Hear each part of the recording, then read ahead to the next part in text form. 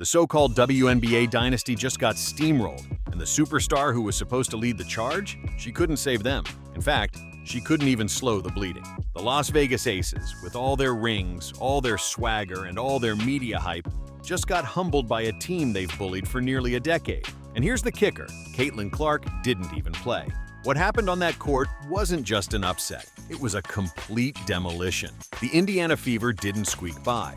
They didn't win on a miracle three or a last-second foul call. They obliterated the defending champions with team basketball, surgical defense, and a level of intensity that made every dynasty narrative look like a joke.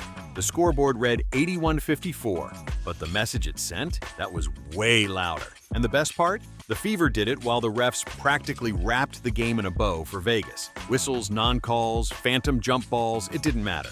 The Fever were too locked in, too connected, and too ready to make a statement. So what really happened? How did a team that hadn't beaten the Aces in 16 straight games flip the script without their franchise star? And what does this game say about the future of the WNBA? Stick around, because what happened next was more than just a win, it was a power shift. Something shifted in Indiana, and it wasn't just on the scoreboard. Even before the opening tip, there was a different kind of energy in the Fever locker room. After a string of gritty wins and a clutch performance in Minnesota, the team was starting to believe, not just in the game plan, but in each other. They had fun, they celebrated, and for once, that chemistry off the court was beginning to look like something dangerous on it. They were missing Caitlin Clark, their biggest star and the face of their franchise. But instead of folding under pressure or making excuses, this squad leaned in. Players like Lexie Hull and Kelsey Mitchell stepped into leadership roles. Aaliyah Boston, Natasha Howard, even the rookie Timpson started playing with a sense of purpose that couldn't be coached. It was a quiet confidence. No drama, no bold declarations. Just a team that was ready to prove that this wasn't a fluke. They weren't just winning, they were turning a corner. And they were about to unleash their most dominant performance yet. But even with all that momentum, no one could have predicted how brutal it was about to get. From the opening whistle, it was clear. The Aces weren't ready. Indiana came out like a team possessed, punching first and never looking back. Within minutes, the scoreboard read 21-4. That's not a slow start, that's a public undressing. Vegas, the team built on experience, poise, and championship pedigree, looked completely rattled. The Fever were attacking the paint, cutting off passing lanes, and running their offense like a well-oiled machine. Meanwhile, the Aces were bricking shots, committing turnovers, and waiting for someone, anyone, to bail them out. Indiana shot nearly 53% in the first quarter while holding Las Vegas under 29%. Points in the paint, 16-4. It wasn't just domination, it was demoralization. The defending champs were out-hustled, out-rebounded, and outclassed in every phase of the game. And as that lead ballooned, it became painfully obvious. This wasn't going to be some feel-good underdog story. This was going to be an all-out embarrassment. But things really started to spiral when A'ja Wilson tried to force her way back into the game, literally.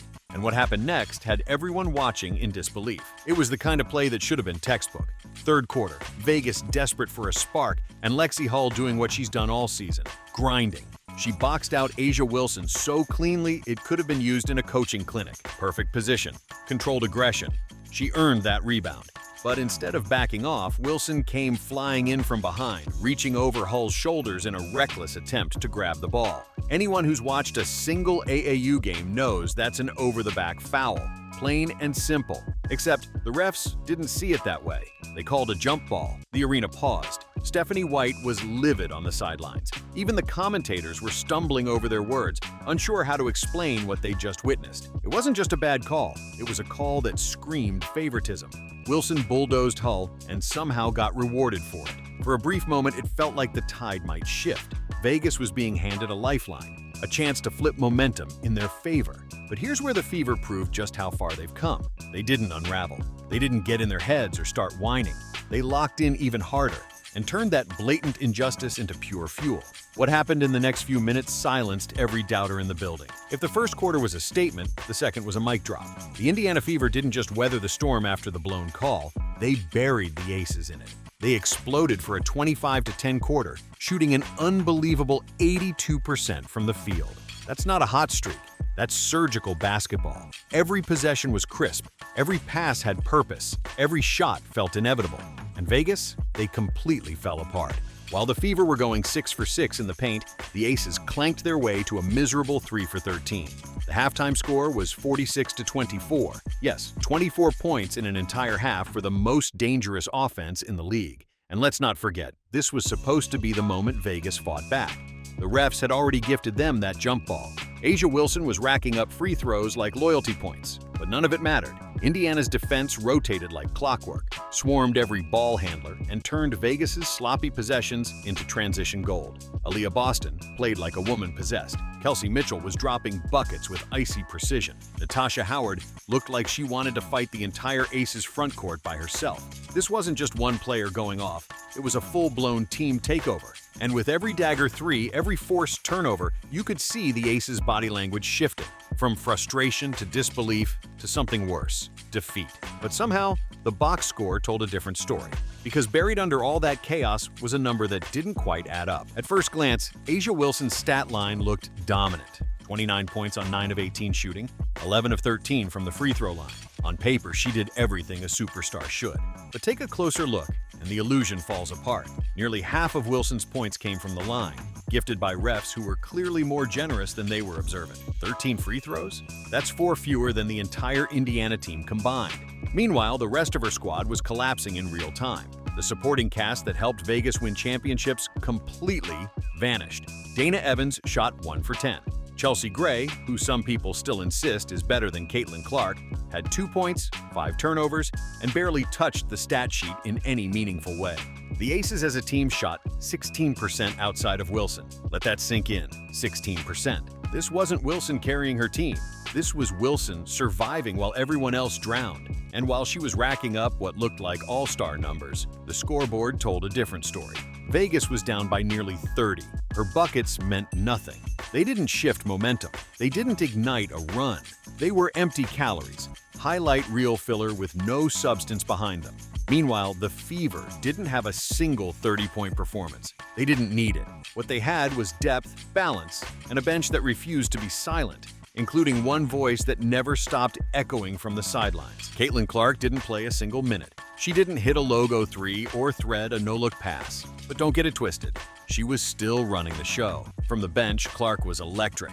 Every time the camera cut to her, she was on her feet, fist-pumping, clapping, shouting instructions. She wasn't sulking about being sidelined.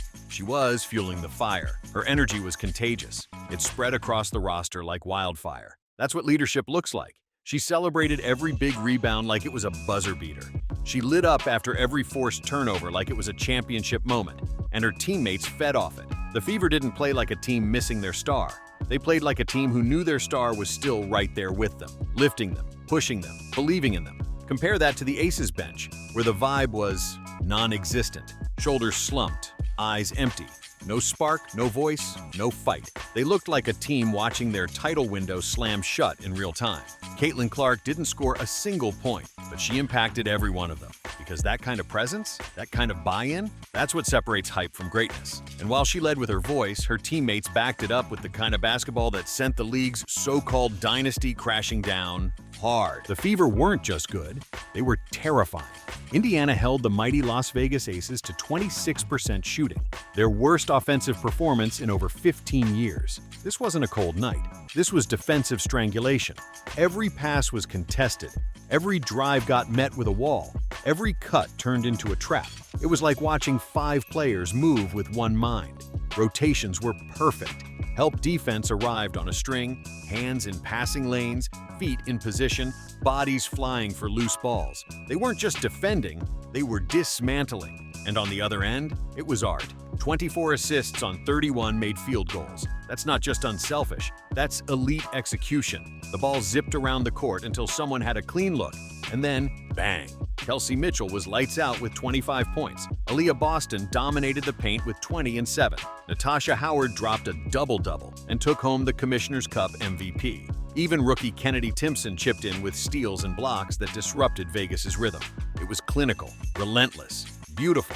And when Vegas tried one last push to claw their way back early in the third, Sophie Cunningham and Lexie Hull responded with big shots and gritty plays that snuffed out the run before it even started. By the time the fourth quarter rolled around, the Aces weren't fighting to win. They were just trying to survive. But Indiana, they were just getting started. Let's make one thing clear. This wasn't just a regular season win, this was a public execution. The Indiana Fever didn't just beat the Las Vegas Aces, they erased them. The same Aces who swept Indiana for years. The same team the Fever hadn't beaten in 16 straight matchups. And they did it without Caitlin Clark even lacing up her sneakers. Vegas looked stunned, shaken, exposed. The team that once carried the weight of unbeatable couldn't handle adversity. Their chemistry, broken. Their bench, non-existent. Their unstoppable star, reduced to drawing whistles while the rest of her team fell apart. A'ja Wilson's 29 points were meaningless. Chelsea Gray's 2 points were laughable. The Aces' 7 for 43 shooting clip outside of Wilson? That wasn't just bad, that was humiliating. And the Fever didn't just capitalize on it. They stepped on the gas and never let up. This was a reset button for the WNBA. The league's power structure just got flipped upside down. And it wasn't by a super team or a flashy signing. It was by a gritty, connected, fearless squad that believes in each other. A team that plays for the name on the front, not the hype around the back.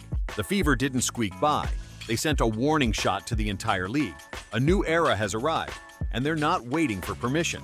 Because if Indiana can completely dismantle the defending champs without their star rookie, just imagine what happens when Caitlin Clark returns, fired up, fully healthy, and ready to lead this team into the future. The dynasty isn't in Vegas anymore. It's being built in Indiana.